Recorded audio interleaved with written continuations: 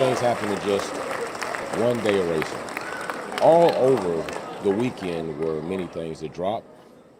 Big shout out and congratulations to Kimi Antonelli. He will be the replacement for Lewis Hamilton 2025. No easy spot to fill, yet I don't even know if there's a spot to fill. I think, quite frankly, to be honest, I think Kimmy did right when he said nobody could ever replace Lewis, and he is certainly utterly correct, not even himself.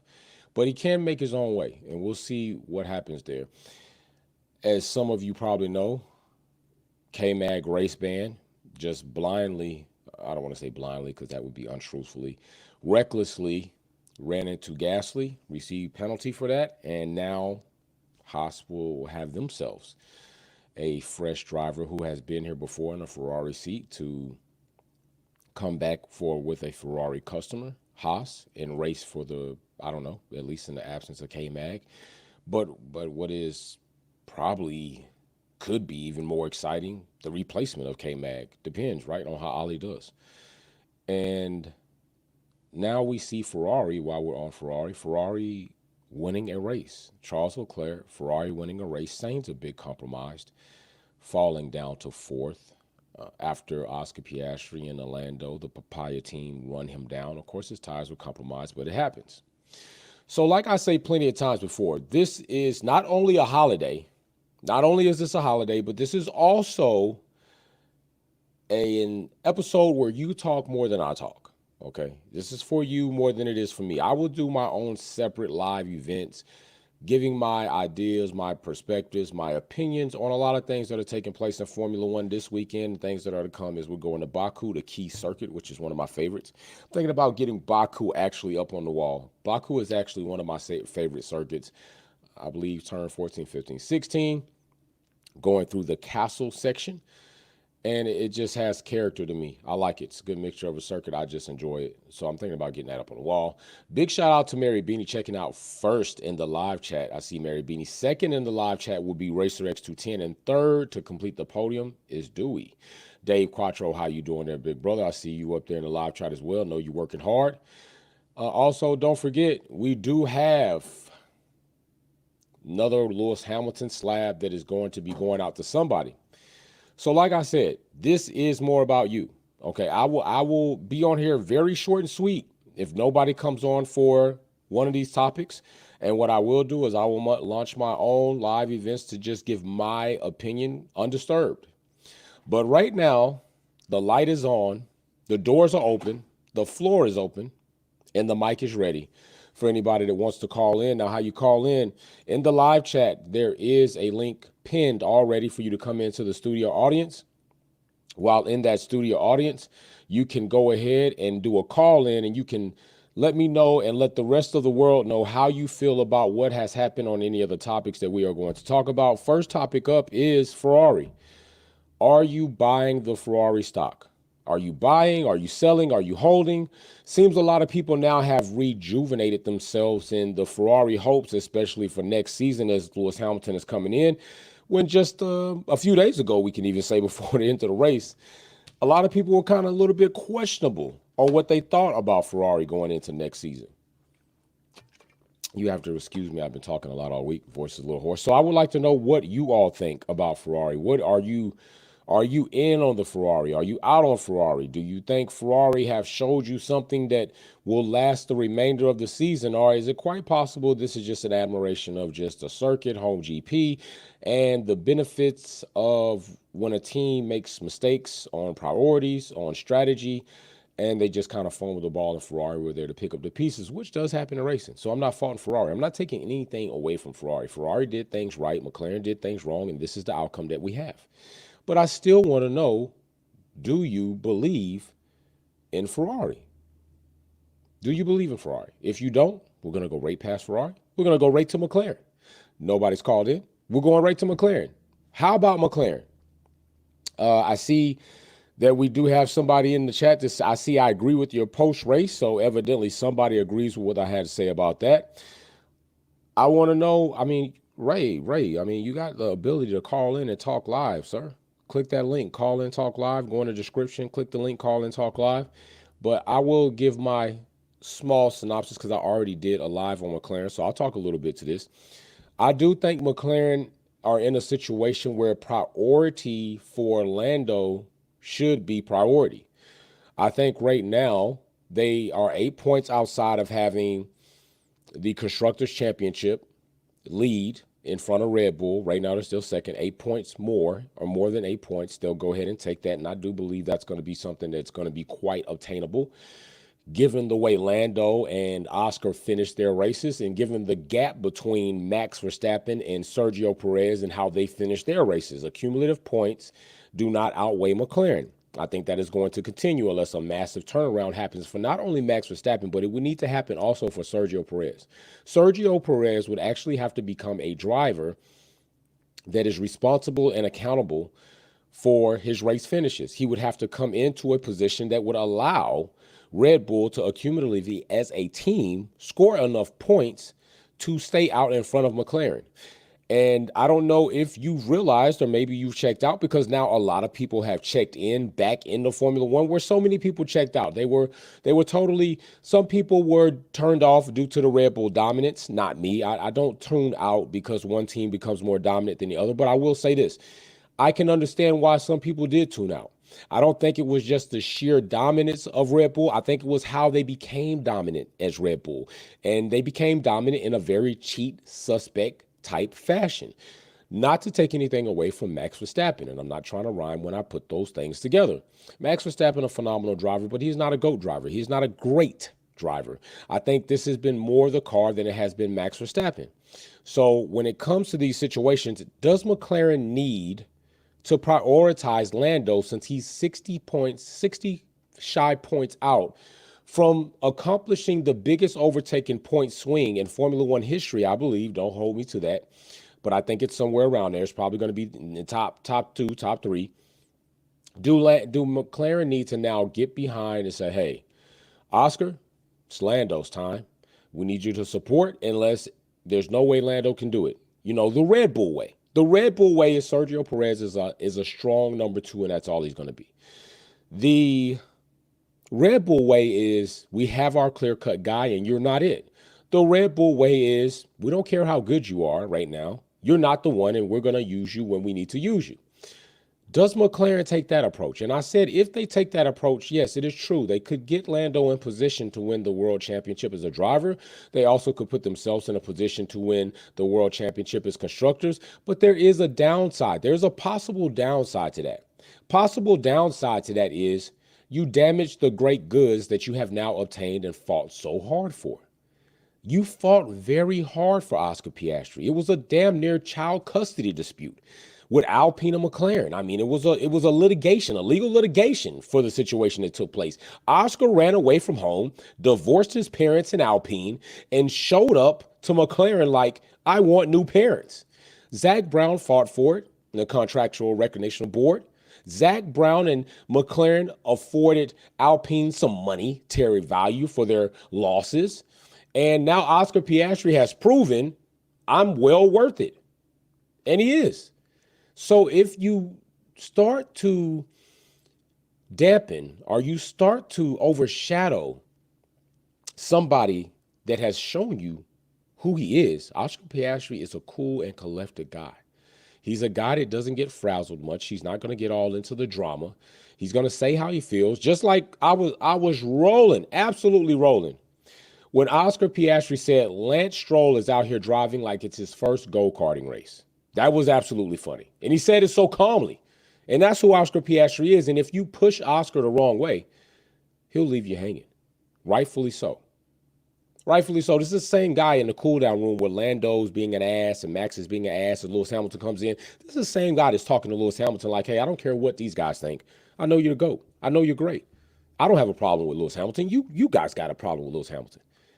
And I got to ask, does McLaren believe in Lando to the point where they're willing to sacrifice their relationship just a tad with Oscar, knowing the future that he could have? Maybe McLaren don't believe in Lando as much as that. Maybe McLaren have seen such promise from Oscar Piastri that they're like, Lando, you're going to have to get it on merit purely alone. If Oscar can make it happen and he gets past you because you're a poor race starter, then so be it. If it happens to be a situation where we absolutely see and that Oscar can absolutely be okay with us giving team orders and not be damaged or look at us as the bad guy, we'll do it. But other than that, because we have done it and Oscar's been compliant with that, and we had a situation where you were really not with the whole game plan as far as letting Oscar get what he totally deserved and what you were not given on merit, and then you finally did it, but that might have left a bad taste in Oscar's mouth, and maybe that's the reason why Oscar didn't mind going side to side, wheel to wheel with Lando in the first turn. Maybe Oscar says, you know what, bro? I saw what you were going to do. I know what you ended up doing, but I know what it took for you to get there. And if you had to take that much thought, if it took that much pressure from the team for you to do what was right, we really might not be okay. And Oscar's the type of guy, I don't need to say it. I don't need to talk about it. I don't need to give quotes about it. I don't need to make tweets about it. I'm going to make sure you understand how I feel about you and what you did when I'm driving next to you. And he did that. So maybe that is the plan.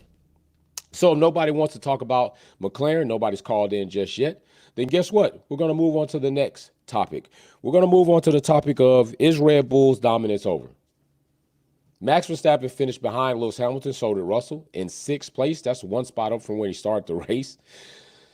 Not great for the standards of somebody that a lot of people call to go. And you know what's funny? I got to say this. I do have to say this. Max Verstappen fans are oddly weak as shit. And I'm talking about not legitimate fans like Baraka and other fans alike. I'm not talking about you all. There are some legitimate Max Verstappen fans that have every right to like Max Verstappen and don't shit on other people's drivers or teams. Don't have this delusional thought that Max Verstappen is the GOAT and Lewis Hamilton is not because he's accomplished that. There are some people out here that are legitimate fans. Some of those legitimate fans jumped off the Max Verstappen boat when Max showed his true colors in regards to team unity with Perez when he crapped on him, in regards to things that he and his father-in-law have said about Lewis Hamilton. So I'm not talking about you all. I'm talking about the Max Verstappen fans that just are quite idiotic. Where are you? Where are you all? You all used to be so strong, used to be so upfront, so belligerent. I don't see you all as much in the comment section. You literally have proved me right about what I said in regards to you, that you all are like rats and roaches. You run when the lights come on. The lights came on. You see Max Verstappen for who he is. He's still got a very competitive car, but I thought the whole thing was Max could do more with less, just like Lewis Hamilton could, but he could only do it better. He's not doing it better. Not at all. If you need a reminder, I'll show you a reminder. There you go. Max Verstappen right there. How you liking that? 6th place, off the podium several times now in a good handful of races or more. Not on the top step more often than he has been on the top step. And I'm going to add those up because I got a graphic to correct, and I'll go ahead and correct that, and we'll talk about that. But yeah, Red Bull's dominance might be over. This might be Max Verstappen's last championship in a consecutive order. All right, I'm not saying that Max couldn't go on with Red Bull till 2028 and maybe win this season, lose 2025, 2026, and then maybe 2027 wins another one. But I am saying that this could be Max Verstappen's last consecutive dominant. And this era right now, at this point, its stage is not even dominant. Max Verstappen is doing a lot of crying. Max Verstappen is getting checked by GP on the radio in front of the world. And Max Verstappen, for some odd reason, well, it's not odd, it's just a good direct correlation. Asymmetrical braking is outlawed, and Max Verstappen seems like he can't drive the car like he used to. That's not coincidental to me. That to me is a very clear-cut cause and effect. They initiate the regs, and all of a sudden, I showed you the graph, Max Verstappen is not what he used to be. So is Red Bull's dominance over? What do you all think about that? Nobody comes in and calls on that. Guess what? It's going to be game time. It's going to be game time. And I'm also going to say K-Mag with his race ban. I'm also going to say we're going to talk about The new era of Formula One is up on us officially. I said it last season that we're coming into a new era. Racer X210 says Red Bull is dead. No more cheating devices. Max needs racing assist on to be competitive. One racer X is saying that if Max Verstappen ever came in to do a grudge race, I can't turn analog brakes off. I can't turn traction control off. I can't turn the 3D dynamic cornering off. I can't turn steering assist off. I can't turn pit lane exit off. I have to keep all the assist on for Max Verstappen to be the great GOAT Max Verstappen as some of these people thought he was. That's what Racer X210 is saying. And you know what? I may elaborate or over exaggerate on that, but a small dynamic of that is true. Asymmetric braking is no longer here, and now Max Verstappen is not dominant.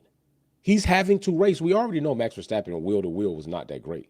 We already know that. We know he's a bull in China shop. Several times said it, and I'm going to keep saying it because it's true. But now what you see is Max Verstappen getting out qualified, laying down a hot lap. And I'm one person that firmly would put money on it. If you asked me in any Q1, Q2, Q3 session, will Max Verstappen lay down a hot lap? I'd put money on it that yes, he will. The only problem now is Max Verstappen lays a hot lap and then it disappears like that. Because Lando comes, Oscar comes, Lewis Hamilton comes. Wow. It just, drivers all over the place. And you know what? Max Verstappen falls. So it's going to be quite interesting to see how that goes. I would also like to know what Red Bull is going to do with Perez. A lot of people seem to think that Red Bull could quite possibly drop Perez before the end of the season. I'm going to stand firmly on my perch that that does not happen unless Perez does something so egregious that it not only becomes a public problem, becomes a fandom problem, it becomes a revenue problem. He's going to be there. Max Verstappen has never been put next to somebody that has been highly competitive in Formula One. He's never raced next to a champion in the other side of the garage, and that is intentionally done. Red Bull will not put Max Verstappen in said situation because Max Verstappen will not thrive in said situation. He needs to be the only child. He needs the most dominant car to win. If he doesn't have that, tell me please, when has he been that dominant? And even if you're not dominant, people can still see you could do more with less. He still has more now, and he's doing less. So I think the Red Bull dominance, if people wanted to debate and say it's over, I'd say I can't argue with you. I would say I'm not quite sure yet because it's still, Max is still leading in the Drivers' Championship. Red Bull is still in the Constructor Championship. Max is still a very good driver. Red Bull may still be able to find some way through the turmoil of entry and exit personnel and things going on, the administrative side of things, might be able to kind of have, should I say, the sun shining on a dog's ass every now and then. And if that does happen before the end of the season, there are some events where Max Verstappen could quite possibly be dominant at certain circuits and still come out on top. And who knows what happens next season because the new regulations don't come 2025. They arrive in 2026. So it's not over for Red Bull, but I do think this is the onset of the ending of the dominance of Red Bull. And I did tell you all that history is something that should be studied. And all the time, history doesn't directly repeat itself exactly how it's laid out.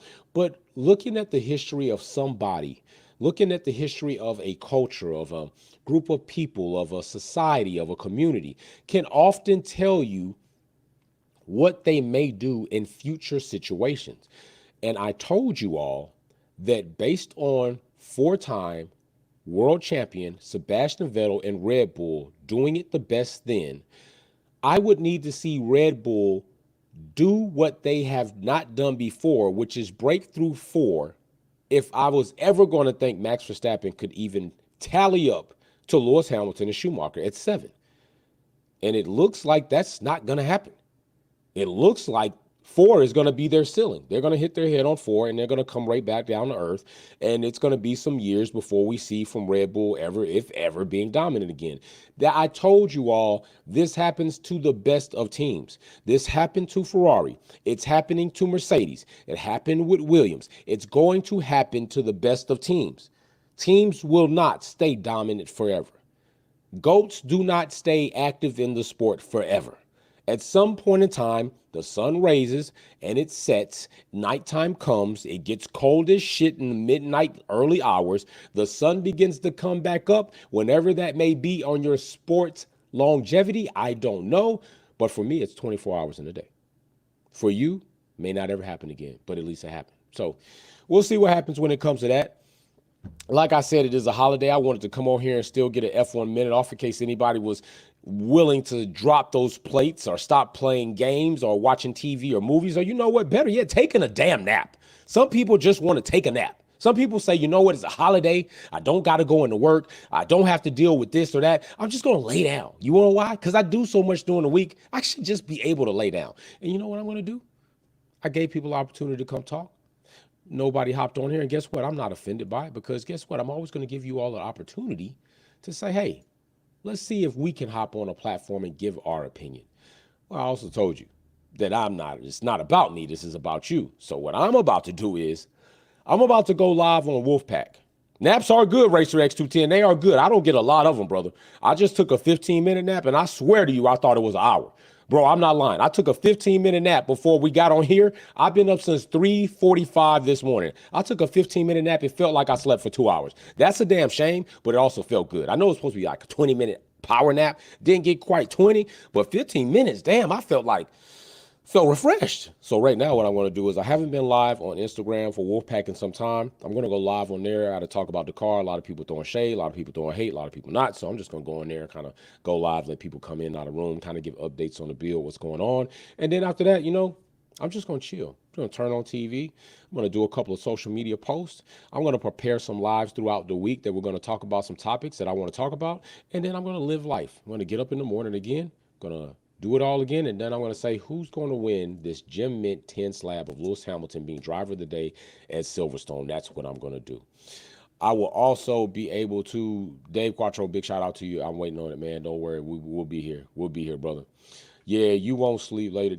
I don't sleep, Scott. I'm not going to lie. I don't sleep. If you all watch my social media, you can literally kind of tell when I'm not and when I am. If you watch all three platforms, if you watch Twitter, Instagram, and YouTube, you can get a gist of how much lack of sleep I actually get. At some point in time, you'll see green dots pop up, be like, damn, it's 3:45. This dude's up? Yeah, I'm up. You'll be like 11:30 at night, 2300. This dude's still up? Yeah, I'm still up. It just happens. And life like that is for me until it's not.